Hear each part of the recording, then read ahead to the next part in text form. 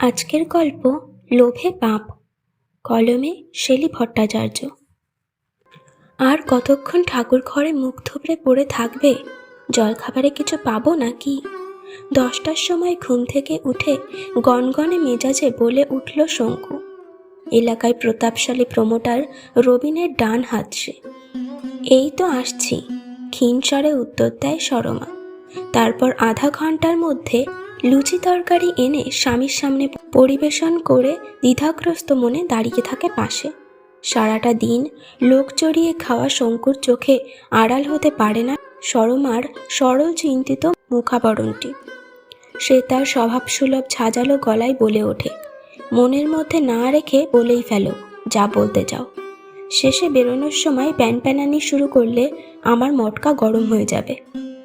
স্বামী থমক খেয়ে একটু আমতা আমতা করে বলতে শুরু করে সরমা।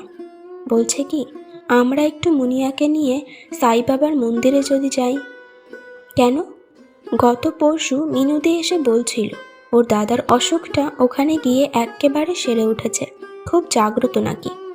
সারাটা দিন ঠাকুর ঘর, কালীঘাট, দক্ষিণেশ্বর আর হাজার মানতে তো তোমার ওই বোবা মেয়ের মুখে একটা বুলিও ফুটল না, আর তারপর একটা সুস্থ বাচ্চাও হলো না।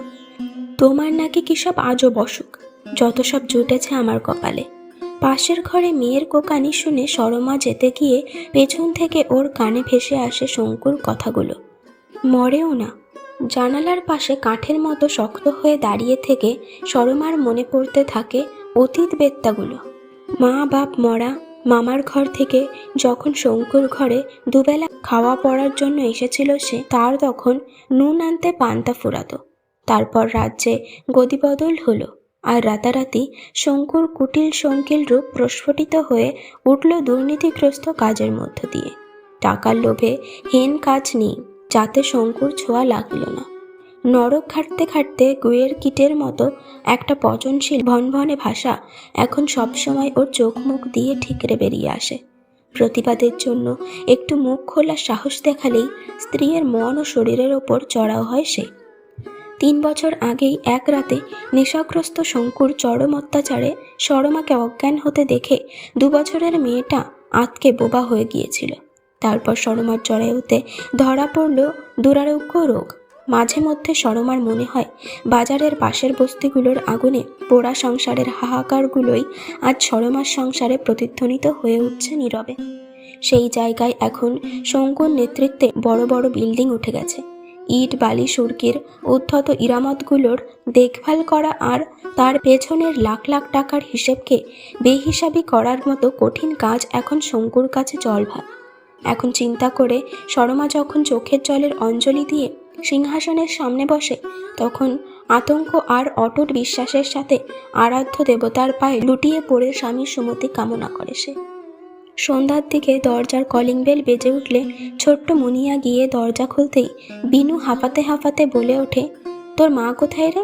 তোর বাবা নতুন 7তলা ফ্ল্যাটটার ছাদ থেকে মাথা ঘুরিয়ে নিচে পড়ে গেছে, বোধহয় বাঁচবে না। মুনিয়ার ডাক শুনে ঠাকুর ঘরের দিক থেকে ছুটে আসে সরমা। হাত পা কাঁপতে থাকে তার মুহূর্তের বিহ্বলতায়। তারপর মেয়ের হাত ধরে ছুটতে থাকে সে ঘটনাস্থলের দিকে। উঁচু বিল্ডিং ঘিরে অদূরের দিক থেকে ভিড় ও মনে অশনি সংকেতের আভাস দেয়। তারপর সেই জনস্রোতের প্রাচীর ডিঙিয়ে সরমা সামনে এগিয়ে যেতে যেতে চারপাশের গুঞ্জন শুনতে পায়, লোভে পাপ, পাপে মৃত্যু। দেখো গে, পার্টির অন্য কেউ একে আজ সরিয়ে দিল। কেউ আবার বলে নিজের সুবিধার্থে পরের জন্য গাড্ডা খুললে নিজেকেই সেই গাড্ডায় পড়তে হয়। এত কথার কোলাহল পেরিয়ে সরমা যখন সবার আলোচনার কেন্দ্রবিন্দুতে গিয়ে পৌঁছালো, তখন সায়াহ্নের সূর্য অস্তমিত। সরমা দেখতে পেল আলো আধারিয়া কংক্রিটের মধ্যখানে একালীন অনেক মানুষের হাহাকারের কারণ এখন নীরবে অস্তমিত হয়েছে।